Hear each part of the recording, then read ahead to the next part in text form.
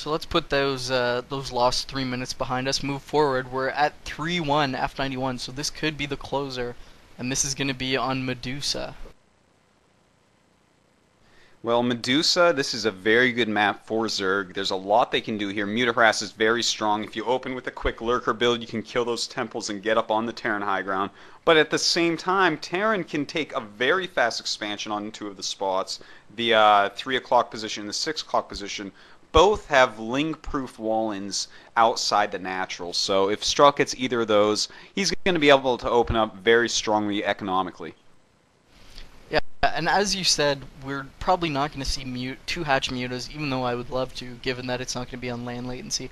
So I would like to see Strelok open up with mech to, the expected reactionary build against lurkers. I think that would be a strong build, and I think, as I said in the Brood Sport cast, I think modern mech fares very well on this. The kind of standard turtley mech doesn't work because there's so many free bases Zerg can get and they can spread right out. But when you use those vultures and harass a little bit and do this modern mech, I really like it on this map. Oh, certainly. It's a great strategy for this map. Isle of Uv, quite a genius to come up with a strategy like that. And, if Strelok doesn't open with that, it could get pretty hard. Even with bad latency mutas, up on that cliff, it's really, really, really hard to defend with Marine Medic turret. Alright, so let's see what happens here. Just to mention, I guess, for people unfamiliar with the Liquibition format, it is best of 7 for the winner, but we do show all 7 games. So these players have played 7 games irregardless of the results. So with that being said, we're going to move forward. This is Liquibition 28. This is F91 against Strelok. We have F91 in beige Zerg at the 3 o'clock position, and teal Terran again for Strelok at the 6 o'clock position. Now, I'm expecting that Strelok is going to go for a quick Ling tight wall in and take a fast expansion here. I've been talking and talking and talking about this timing push. I've seen Strelok do it in countless replays. I'm surprised he hasn't used it yet. I'm going to say he's going to use it here. We'll have to see what happens. I really think F91... I've been predicting he's not going to open Spire, but we've seen it a few times here today. But with the result of the last Muta build, I guess I'm going to predict he's going to open just standard 3 hatch lurker +1, and Strelok will open with the standard fast expansion. It is interesting that he has used the mutas some, and people are just so used to land latency nowadays that they can't imagine mutas without it. But there are people that use mutas without land latency. I mean, there was a time when everyone just played on Battle.net without it, and back when Hamachi got really popular, some people, for instance, in Control, his mutas are better without land latency, and F91, being a laggy Chinese player, maybe he feels comfortable still in the poor latency with them. Yeah, for sure. And as I mentioned, it's not like you can do it's not like you can't do anything with mutas if they're not on land latency. You can still fly around. The point of mutas is just to provide indirect map control by putting pressure on your opponent, and that happens if you're sniping Marines or SCVs or not.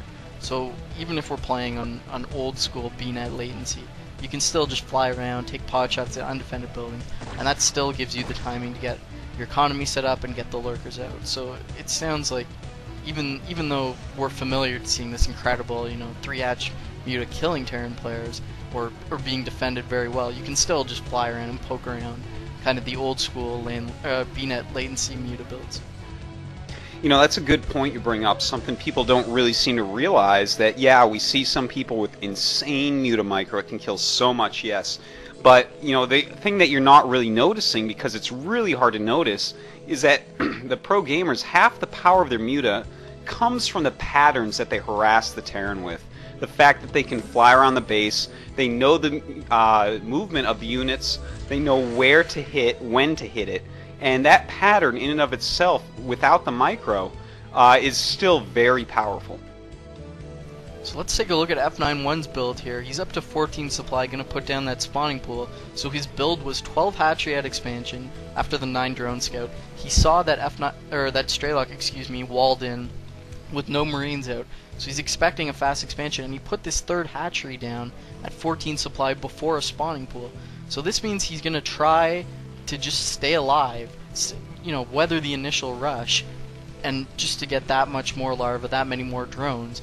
And it looks like Strelok is kind of reading into this. I don't know if he's expecting something like this, or it's just by chance he's put down a factory to try to react to this. Unfortunately, if we get a sunken colony up with this hatchery placement, it's going to be really hard for vultures to run by. And if Strelok looks to expand after that, well, that's just not going to work. We see the add-on for the factory, and now a starport coming up. You know, I really love this play by F91. The fact that he has gone for that third hatchery before the spawning pool. I love that sort of reactionary play. It shows a real lot of intelligence. And it looks like we are going to see the fantasy build off of Strelok here, so it's going to be a pretty exciting game. Yeah, for sure. I mean, especially in Zerg vs. Terran, we see people just kind of shut their brains off. From the Zerg side, Terran has a few variable openings, but from Zerg we see 12, 11, 13, 16. Like, game in, game out. F91 has shown us a lot of variety, and it's kind of inspirational to Zerg players because, you know, it works. It's not like this cute, like, one-time kind of builds. We've seen him consistently take down top Terrans with these strange builds, and again here, Hydralisk Den before a lair. So this does not bode well for the fantasy build, I must say. You know, I really love what I'm seeing out of F91 this game. It's just tickling my fancy here. This is going to be so good against the fantasy build. You know, he's going to try to drop some vultures in the base, use some mines to his advantage, but there's going to be a lot of hydras in there, and, you know, vultures are not so good against hydras. So F91 looks like he is in a position here to just take such a strong early game lead, and the fact that Strelok is spending money on vultures, on mines, on speed, and on dropships, once F91 stops this initial rush, if he can get Overlord speed, he's going to have a lot of hydras, and it's going to be very hard for Strelok to hold that off unless he goes for a very dedicated anti-ground tank sort of build. Yeah, for sure, and then his only option is kind of turtling in his main, taking that in-base expansion, and that's going to play just right into F91's hand. So here comes the second component of the fantasy build. The first component was just vulture harass, laying those mines out in front, but unfortunately that's not really doing anything. There's an overlord right there, and oh man, F91 knows this is coming right away. First vulture does less than nothing. Now the other vulture's being dropped on the high ground. F91 already has speed done, and he's starting range.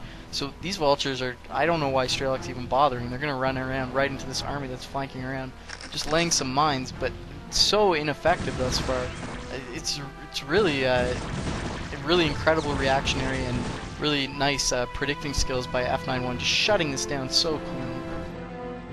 But look at this, Strelok flying in with the dropship to the natural. He's got two vultures in there, and the drones run away very quickly. Nice eye on the mini-map by F91 here. So Strelok, you know, he has to be frustrated here. He's pulling out every little trick he knows, and F91 is countering it all the way.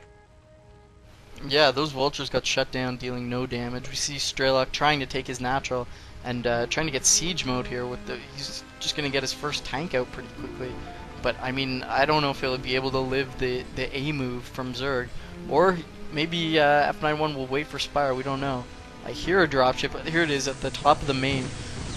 Excuse me, F91's main. 3 vultures coming in. Gonna finally get some kills. No kills yet. Come on, get a kill. Get a kill, make it worth it. He looks like he's maybe trying to drop mines. No, he's trying to run through, going to the natural, but there's a Hydra there. Laying just random mines. F91 very, very smart, sends a Zergling out to draw that fire. Hydra's doing very well against mines, and now we see vultures in behind the natural, finally getting some kills, getting some efficiency on them. But I mean, just with a 3-hatch, the 3-hatch opening, F91 has so many units, so many drones. It's not looking good. Yeah, and you know, he's not even getting speed for his overlords, which I'm pretty surprised with, but it looks like he is saving up for mutas, so you know, he's gonna have a whole bunch of mutas. And Strelok right now, he's got, let's see here, 1 Goliath, 2 Goliaths. His eBay is not done, so I think that F91 is just gonna make about 9 mutas and fly in and kill Strelok. Yeah. I gotta agree, and there's nothing in between him and Strelok, or excuse me, him and F91. He's got 2 mines and a tank, but I mean, look at all the units that F91 has, the Hydras, and with both upgrades, those are very effective, especially as taking out mines, as I said. Looks like the Hydras are just pounding in, gonna take out the tank. Oh, mine does not go off.